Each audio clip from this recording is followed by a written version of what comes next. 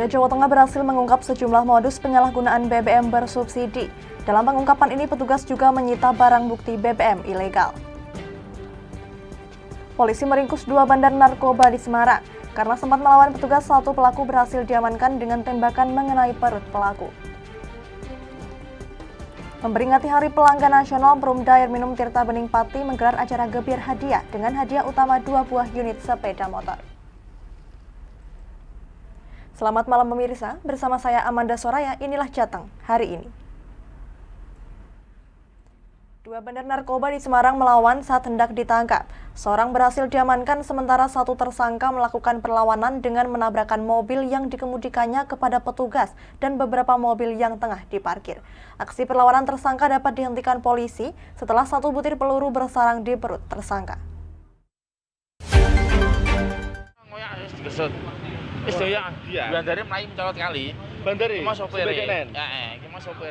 Inilah Suroso, 1 dari 2 bandar narkoba yang berhasil dibekuk petugas Satres Narkoba Polrestabes Semarang di Jalan Basudewo, Semarang. Penangkapan tersangka diawali dengan kecurigaan petugas terhadap sebuah mobil berwarna putih terparkir di pinggir jalan. Petugas yang mendapat informasi akan adanya transaksi narkoba langsung melakukan penangkapan terhadap 2 tersangka yang diketahui bernama Suroso dan Wawan. Suroso dapat diamankan tanpa perlawanan, sementara Wawan melakukan upaya perlawanan dengan menabrak mobil yang dikendarai ke polisi dan masyarakat di sekitar kejadian. Tersangka Wawan juga menabrak beberapa mobil yang tengah terparkir. Tadi saya lihat tuh pukul setengah 5 sore. Jadi mobil dari arah sana, dari arah jembatan Pleret sana, berhenti di depan kafeku, di-T sama polisi. Terus polisinya jatuh, mau malang mobilnya itu lah. Mobilnya tuh ngegas terus. Otomatis kan polisi yang malang itu tadi ditabrak sama tersangkanya itu lah. Aku nggak tahu kalau itu tuh ada TO narkoba, tak kira ya maling mobil atau apa. Nah, habis nabrak itu dia berhasil kabur sampai ke depan black box. Nah, di depan black box katanya nabrak mobil 1 di sana. Terus dirubung massa, nah ditangkapnya di situ. Cuman ada 1 tadi yang di dalam mobil tadi berhasil lari, mau nyebrang ke arah Pusponjolo, mau nyebrang kali tadi, tapi juga ketangkapnya di bawah kali tadi. Tidak mau buruannya lepas, petugas melepaskan tembakan peringatan hingga tembakan terukur yang mengenai perutnya. Guna mendapatkan perawatan, tersangka dibawa ke rumah sakit. Ya baru kita obatkan. Kejadiannya seperti apa Pak itu Pak? Tadi sore kita menangkap sabu, terus dia melawan dengan menabrak masyarakat banyak di sana. Jadi terus kita lakukan tindakan yang terukur. Pelakunya sendiri seperti ini, seperti apa Pak? Ini kurir bisa bandar ya. Baru kita jalan Mas ya. Siap. Makasih Pak Edi. Polisi yang menggeledah mobil tersangka mendapati 1 plastik lip sedang berisi 4 plastik kecil berisi sabu 20 gram. Sabu barang bukti tersebut diketahui milik Sigit yang akan dikirim ke pemesannya yang kini dalam pencarian polisi. Sedangkan kedua tersangka berikut barang bukti dibawa ke Mapolrestabes Semarang untuk penyelidikan lebih lanjut. Dari Semarang, Henufan, Lingkar TV, melaporkan.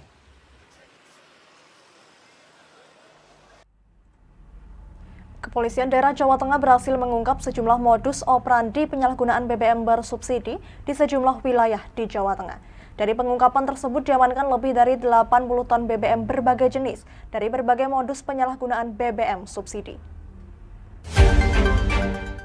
Ada segelintir masyarakat kita yang mencari keuntungan dengan cara menimbun. Kasus bisnis bahan bakar minyak ilegal ini berhasil diungkap Polda Jawa Tengah beserta jajaran di wilayah Jawa Tengah.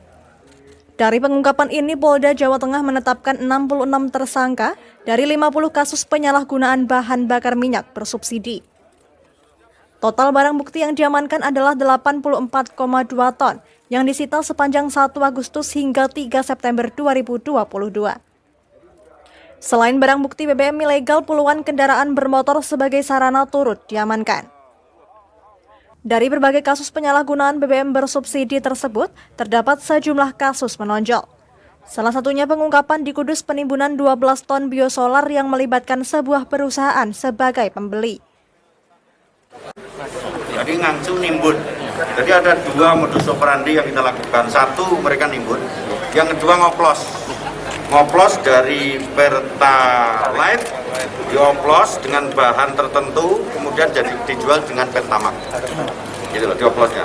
Solar juga sama, solar juga ada yang ngoplos. Yang kedua, modus operandi nimbun. Nimbun dia dari beberapa SPBU, kemudian ditimbun di suatu tangki. Ada yang tangki kapasitas 12 ton, baru mereka dijalankan. Ada indikasi SPBU ini terlibat? Ya, dalam rangka pengembangan. Tetapi sekarang sudah ada upaya preemptif kita, seluruh SPBU sudah kita lakukan pengamanan. Jadi di SPBU itu pasti ada buku mutasinya Polda Jawa Tengah, seluruh SPBU, untuk mengawasi, kemudian untuk menjaga dan mengamankan. Modus para tersangka yakni membeli secara mengecer di setiap SPBU, kemudian ditampung dengan tangki yang telah dimodifikasi, kemudian dijual kembali. Dari sejumlah kasus terdapat tersangka yang melakukan pengoplosan dengan bahan bakar kimia dan minyak mentah menjadi Pertamax dan Pertalite yang berhasil diungkap di Cilacap dan Kendal.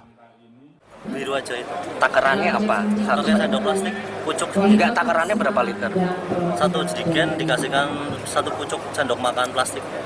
Itu bahan dasarnya solar atau Pertalit. keluarnya hasilnya Jadi warna biru.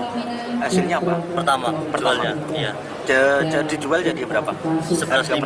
11.5. Iya. Konsumennya paling banyak. Konsumennya paling banyak Dijualnya ke siapa aja? ke warung-warung. Dari teman. Kenapa Mas? Alasannya apa mencampur? Alasannya biar mencukupi kebutuhan penjualan. Terus untung kamu berapa Mas per liter? Kalau pakai kondensat untung 200, kalau Pertalite murni dari POM dapat 400-an. Jadi masih banyak, cuman untuk memenuhi kebutuhan pelanggan saya campur sama kondensat. Kenapa pelangganmu ada yang komplain nggak Mas? Nggak tahu sebab banyak murninya sih Pak. Kenapa mencampur dengan kondensat? Pertalite murni 6 liter, kondensat 1 liter. Enggak, kenapa? Biar mencukupi kebutuhan pelanggan Pak, biar pelanggannya nggak lari Pak. Selain tersangka, sejumlah barang bukti yang dapat diamankan diantaranya 38 truk tangki dengan komposisi solar 81 ton, Pertalite 3,2 ton, mobil 38 unit, motor 6 unit, tandon kapasitas 1000 liter ada 40 buah dengan estimasi kerugian negara sebesar 11 miliar rupiah. Terhadap para tersangka selanjutnya dijerat dengan Undang-Undang Nomor 22 Tahun 2001 tentang Migas serta Undang-Undang Nomor 11 Tahun 2020 tentang Cipta Kerja. Dari Semarang, Henufan, Lingkar TV melaporkan.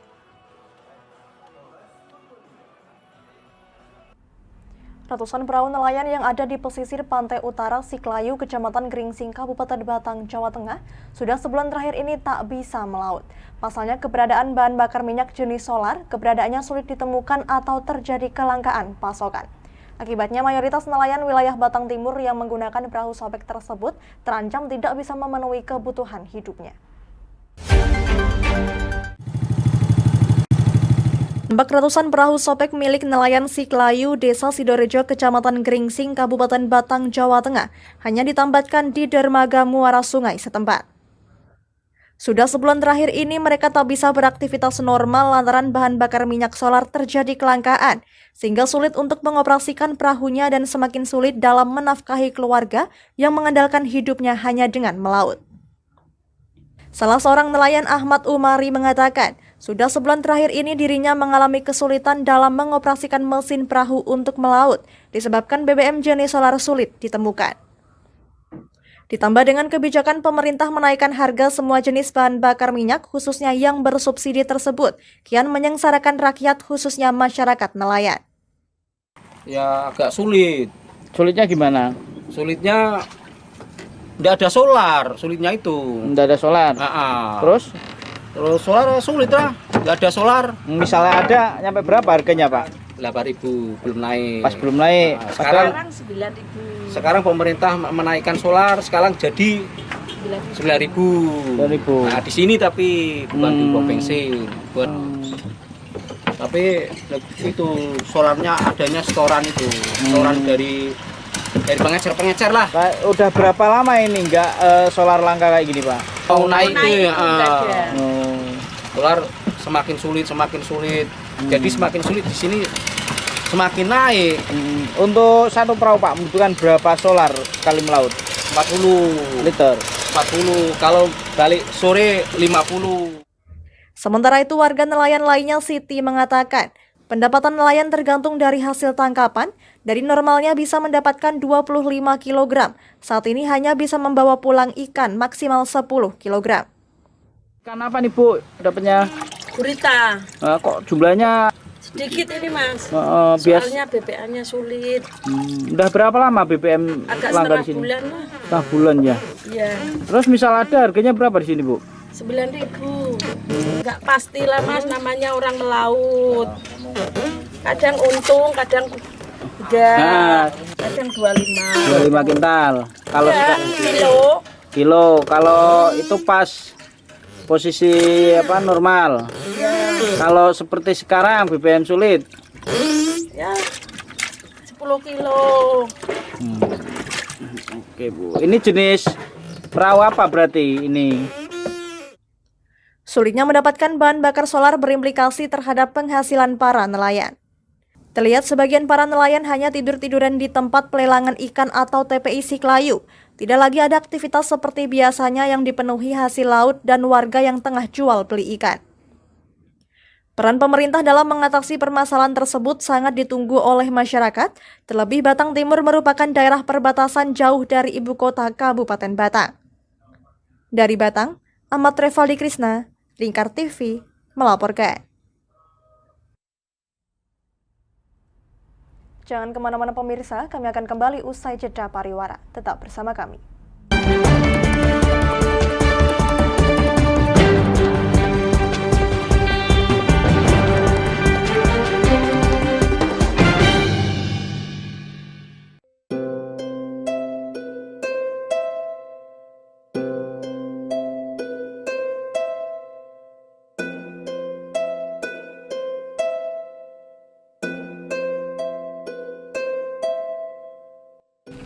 Wah iki yo siaran TV wah apik temenan. Filme cocok karo suasanane. Elah. Boleh bro ngene iki awan-awan kok. Iki lho nonton TV, Kang. Wah, kenal nedan kowe wong genang delok HP kok delok TV piye? Wah, kurang update kowe iki, Kang. Lho, maksudnya piye kok ngarane kurang update itu? Iki lho deloken, aku nonton TV tenan. Kok kira nonton HP? Wong delok HP ngono kenal nedan apa iki. Iki lho delok siarane. Lho, kok iso ya? Yo TV apa? Jenenge Lingkar TV, Kang. Saiki erane TV kok ngene iki. Kok Lingkar TV nek dia awak dhewe panggone iso nonton TV lewat HP. Kok ngene iki. Ana film-film ngene iku ya? Iya, filme apik-apik kaya ngene iki.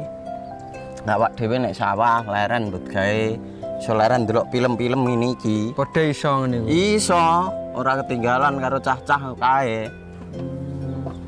Loh, HP ku kok ora iso tak nggo ngono piye carane iki?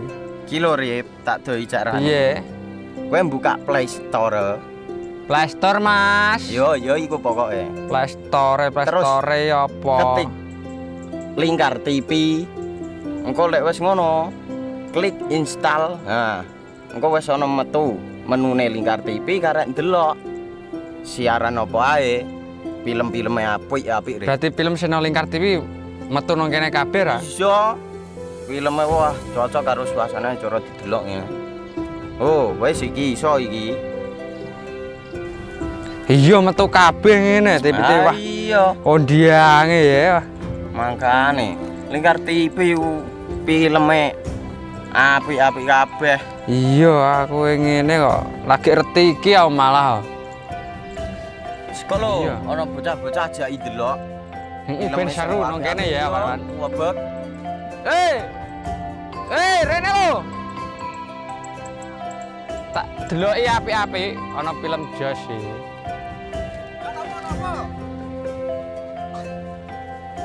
Rene go Rene. Oh iki lho tak deloki film nang Lingkar TV. Solutif dan terpercaya. Tonton siaran Lingkar TV melalui aplikasi Lingkar TV di Play Store. Dengan cara ketik Lingkar TV di pencarian Play Store, kemudian tekan install. Mudah bukan? Nikmati tayangan-tayangan menarik dari Lingkar TV kapanpun dan dimanapun Anda berada. Tinggal tekan menu Lingkar TV di HP Anda dan selamat menonton!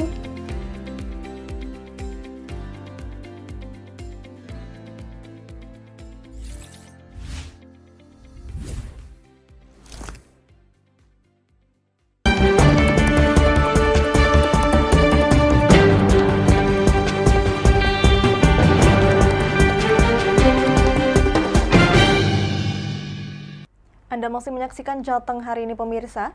Sebanyak 39 aparatur sipil negara atau ASN dilantik dan diambil sumpah jabatan. 2 diantaranya jabatan pimpinan tertinggi Sekda Kendal dan Kepala Disdukcapil, 19 ASN administrator dan 18 ASN pengawas di lingkungan Pemkab Kendal. Ke-39 ASN tersebut dilantik di Pendopo Kabupaten Kendal.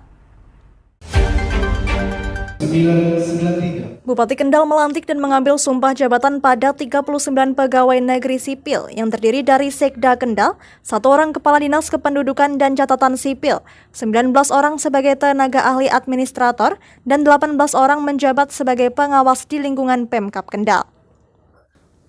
Pelantikan dan pengambilan sumpah jabatan oleh Bupati Kendal Diko M. Ganinduto. Dalam sambutannya, Bupati mengajak semua ASN yang dilantik agar bisa bekerja sama dengan baik dan bisa melaksanakan tugasnya sesuai dengan tugas pokok dan fungsinya. Dalam pelantikan biasanya menggunakan pakaian jas, namun kali ini ada yang hanya memakai kaos. Namun demikian Bupati tidak mempermasalahkan, asalkan para ASN tersebut berpakaian rapi dan sopan. Sebab pelantikan kali ini Bupati ingin membangun suasana berbeda dari pelantikan biasanya. Untuk menghindari jual beli jabatan, maka Bupati memerintahkan Badan Kepegawaian untuk membuatkan SK, namun SK tersebut diseleksi oleh Bupati. Pelantikan diadakan secara mendadak sehingga membuat para ASN yang akan dilantik menjadi kaget dan tanpa persiapan, termasuk persiapan pakaian. Nanti ada sekitar 20-an sesuai dengan jabatan yang kosong. Artinya kita memang melihat kebutuhan yang ada di dinas-dinas, yang ada di wilayah, karena kekosongan ini harus segera kita isi. Jadi sifatnya hari ini kita kebetulan melantik Pak Sekda hari ini, dan kita sisipkan juga dengan jabatan-jabatan yang kosong yang ada di pemerintahan. Jadi memang harapannya ini bisa memenuhi kebutuhan dari seluruh OPD agar kinerjanya bisa lebih maksimal. Karena tentunya di 4 bulan terakhir ini banyak sekali isu-isu nasional yang harus dihadapi oleh daerah juga, termasuk inflasi. Maka dari itu kita harus bisa benar-benar bekerja secara maksimal. Jadi harapannya dengan adanya pelantikan hari ini, roda pemerintahan semakin optimal, dan kita akan selalu lakukan evaluasi monitoring, melihat kinerja dari seluruh OPD dan juga kecamatan yang ada di Kabupaten Kendal. Memang saya dari awal itu selalu menerapkan good governance, salah satunya yaitu tidak adanya jual beli jabatan di lingkungan pemerintah Kabupaten Kendal. Jadi kita berupaya untuk mencegah adanya jual beli jabatan. Ya kalau misalkan itu hanya keluar dari mulut saya, tapi kalau diberikan ruang, nah itu bisa terjadi di lapangan. Jadi memang kita harus pintar-pintar memberikan suatu terobosan inovasi seperti hari ini. Ini orang nggak ada yang tahu semua mau dilantik hari ini. Yeah. Ada yang datangnya mungkin pakai kaos, yang nggak ngerti. Nah, ini adalah sesuatu yang baru, tapi tidak melanggar aturan, tidak melanggar ketentuan. Tapi ini adalah sesuatu yang baru agar tidak ada ruang untuk adanya jual beli jabatan. Dan ini saya konfirmasi berkali-kali gitu. Karena memang harapan saya kalau orang yang dipromosi, ya, ASN yang dipromosi, dengan dipromosi itu dia punya semangat baru untuk bekerja keras. Sekarang sudah definitif, itu pun juga nggak ngerti dia. Mau dilantik hari ini juga nggak ngerti. Jangankan BKPP pun nggak ngerti, karena saya bilang siapkan SK-nya semuanya. Nanti siapa yang saya tanda tangan, siapa yang pilih itu nanti urusan saya. Jadi hari ini udah definitif, mudah-mudahan beliau adalah yang terbaik untuk bisa menjadi pemimpin di ASN, jadi Sekda. Sementara Sekda Kendal Sugiono mengaku kaget sebab tidak ada pemberitahuan akan diadakan pelantikan. Ia mengaku ketika selesai menandatangani berkas, dia secara tiba-tiba mendapatkan undangan pelantikan sehingga tidak melakukan persiapan sama sekali. Sekda Kendal yang dilantik tersebut menggunakan baju batik tanpa menggunakan jas. Kaget juga, jadi kita nggak tahu sama sekali kita diberitahu itu sudah jam 8:30 tadi. Padahal undangannya kan ada yang jam 8. Saya tanda tangan undangan itu 8:30 tadi. Setelah itu istri saya kabari suruh pakai Dharma Wanita, dan beliau pun kesini juga nggak ngerti kalau ada pelantikan, tahunya ya ada acara Dharma Wanita gitu. Jam berapa diberitahu Pak? Jam berapa diberitahu Pak? 8:30 Malam. pagi.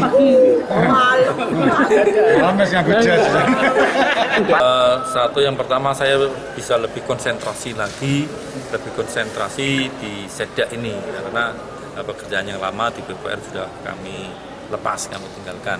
Yang kedua, banyak hal yang harus kita benahi, yang terutama kita Setda harus bisa mengkoordinir, bisa mengkolaborasikan semua OPD yang ada di Kendal ini.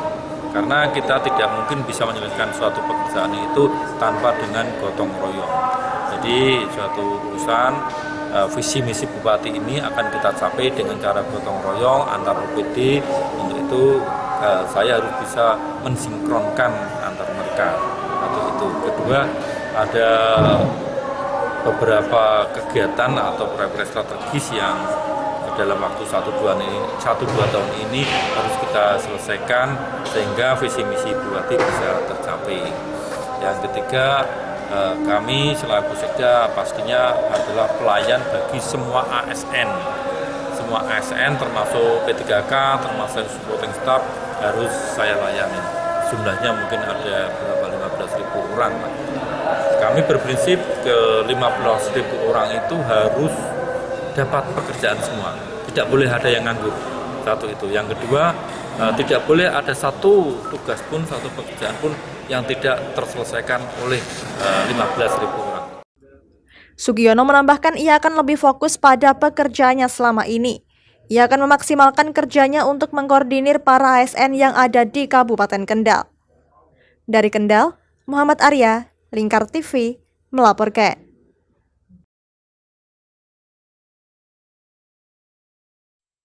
Sebanyak 16 tim mengikuti kejuaraan terbuka bola voli AHY Cup 2022 yang digelar di Gor Baurekso Kendal. 10 tim merupakan tim lokal Kendal, sedangkan 6 tim lainnya datang dari berbagai daerah di Jawa Tengah. Hal ini untuk mempererat antar klub bola voli sekaligus untuk mengadu ketangkasan dalam bermain voli. Turnamen bola voli ini digelar selama 2 hari, mulai Sabtu hingga Minggu 3-4 September 2022 dengan menggunakan sistem gugur. Turnamen ini diselenggarakan oleh DPC Partai Demokrat yang diselenggarakan secara bersama-sama dengan kabupaten lain. Ketua Panitia Penyelenggara Solihin mengatakan, turnamen sengaja digelar untuk memotivasi pemuda di Kendal cinta dengan olahraga bola voli. Diakui olahraga voli merupakan olahraga fisik sebab gerakannya sangat intens, sehingga dengan adanya turnamen ini bisa memotivasi pemuda agar Kabupaten Kendal punya tim voli yang handal. Turnamen ini diikuti 16 tim, 10 dari Kabupaten Kendal, sedangkan 6 lainnya dari kabupaten tetangga, sehingga selain silaturahmi melalui bola voli sekaligus untuk bertukar pengalaman. Ini diikuti oleh 16 klub yang terbaik dari Kendal sendiri, ada 10 klub dari luar daerah, ada 6 klub yang memang yang ikut berpartisipasi dalam turnamen AHY Cup ini. Kita selenggarakan yang tujuan utamanya itu di Kendal itu nanti biar termotivasi para pemuda untuk mencintai bola voli dan menciptakan Kendal itu punya tim yang handal. Harapan saya demikian. Itu winning sistem gugur Pak, gugur. Karena waktunya hanya 2 hari, kalau nggak sistem gugur nanti nggak nyampe. Ini karena waktu hanya 2 hari, tanggal 3 dan 4. Dan sekarang berapa tim tadi Pak? 16 tim. 16 tim. Yang dari Kendal 10, yang dari luar daerah 6 tim. Harapannya Pak dengan hasilnya? Harapan saya dengan adanya event ini, para pemuda di Kendal ini termotivasi untuk kegiatan voli ini, karena sekarang banyak pemuda-pemuda yang di luar olahraga itu luar biasa. Kalau tidak diikat dengan kegiatan olahraga, terutama voli ini, kegiatan pemuda itu negatif Pak. Jadi saya mengharapkan itu bisa termotivasi pemuda di Kendal ini, sehingga nantinya bisa Kendal itu mempunyai tim voli yang handal. Harapan saya demikian. Ini sementara dari luar kita datangkan biar tukar kawruh, ngangsu kawruh, tim-tim handal yang dari luar daerah. Ketua DPC Partai Demokrat Kendal Windu Sukobasuki berharap dengan digelarnya turnamen ini dapat menciptakan atlet-atlet berprestasi. Dirinya juga berharap atlet-atlet yang bertanding menunjukkan kemampuan terbaiknya sehingga bisa masuk dalam tim Lavani, naungan mantan Presiden RI Susilo Bambang Yudhoyono. Rekan-rekan pers bahwa pelaksanaan kegiatan ATI Cup ini dilaksanakan secara serentak seluruh Indonesia dan Kendal ini di Jawa Tengah pelaksanaan yang ketiga. Tentu dengan tujuan Demokrat berharap dapat mendapatkan bibit-bibit unggul atlet-atlet daerah yang bisa diajak bergabung dalam klub Lavani yang dipimpin oleh Bapak SBY. Ini diikuti berapa tim Pak? Dari mana saja nih Pak? Ini kita laksanakan 12 tim ya. Ada 10 tim dari kabupaten dan 10 tim dari luar daerah. Artinya kita bisa perbandingkan apakah atlet-atlet kita yang ada di Kabupaten Kendal itu bisa bersaing dengan atlet-atlet di luar Kabupaten Kendal. Pada turnamen ini ada tim pemantau yang menyeleksi atlet agar bisa masuk ke tim Lavani SBY. Tim pemantau tersebut memantau pertandingan sejak dibuka hingga memasuki babak final.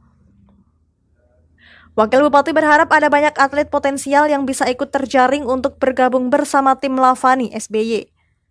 Ia juga berharap selain digelar di Kendal, turnamen ini juga digelar secara serentak di seluruh Indonesia. Di Kabupaten Kendal sendiri, turnamen seperti ini sudah digelar untuk yang ketiga kalinya. Ketua DPC Partai Demokrat yang sekaligus Wakil Bupati Kendal tersebut berharap dalam laga yang berlangsung para atlet tetap menjunjung tinggi sportivitas.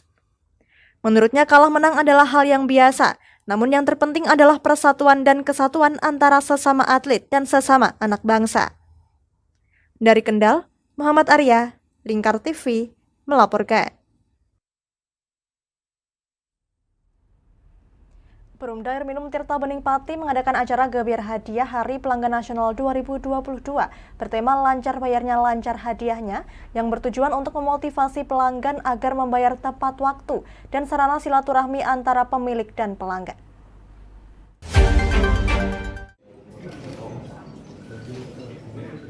Perumda Air Minum Tirta Bening Kabupaten Pati mengadakan acara Gebiar Hadiah Hari Pelanggan Nasional 2022 untuk memotivasi pelanggan air minum Tirta Bening agar membayar tepat waktu sehingga tidak terkena denda yang memberatkan bagi pelanggan sendiri.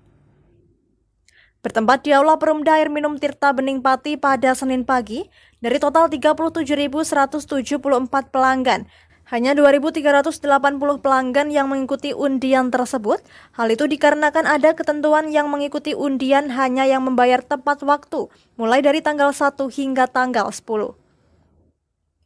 Direktur Perumda Air Minum Tirta Bening Pati Bambang Sumantri mengungkapkan, hadiah utama acara ini yaitu 2 unit sepeda motor, kemudian 2 unit TV, 2 unit kulkas, 2 unit sepeda lipat, 9 unit kompor gas, 9 unit Magicom, dan 9 unit stand fan. Lebih lanjut, ia mengungkapkan bahwa ada peningkatan pelanggan dari tahun sebelumnya, yakni bertambah 1.400 pelanggan pada tahun ini, kemudian untuk target laba mencapai kurang lebih 2,8 miliar rupiah. Memang ada peningkatan dari tahun sebelumnya, harusnya seperti itu. Dan untuk penambahan pelanggan, memang untuk tahun 2022 ini kita sebesar sebanyak 1.400 pelanggan penambahan pelanggan. Sementara itu, Sekda Kabupaten Pati Jumani mengimbau peluang dengan peningkatan pengelola bahan baku dan air bersih ini dapat dimanfaatkan sebaik mungkin untuk kemakmuran masyarakat. Lebih lanjut, Jumani mengungkapkan agar PDAM Pati mampu menghadapi tantangan dan aduan masyarakat seperti penurunan kualitas dan kuantitas air agar tingkat kejernihan dapat ditindaklanjuti dengan baik. Alhamdulillah ini tahun ke tahun banyak naik ya, kenaikan ada 38,9%. Kemarin 2,2 miliar, di tahun 2022 ini menjadi 2,87 miliar, sangat biasa. Jumani berharap ke depan Perumda Air Minum Tirta Bening dapat mendongkrak kepuasan pelanggan agar semakin maju dan dikenal luas oleh masyarakat. Dari Pati, Arlinda Maya, Lingkar TV, melaporkan. Berita tadi sekaligus mengakhiri kebersamaan kita kali ini. Terus saksikan Jateng hari ini setiap pukul 21 waktu Indonesia Barat hanya di Lingkar TV. Akhirnya saya Amanda Soraya, mewakili seluruh kerabat kerja yang bertugas pamit dari hadapan Anda. Terima kasih dan sampai jumpa.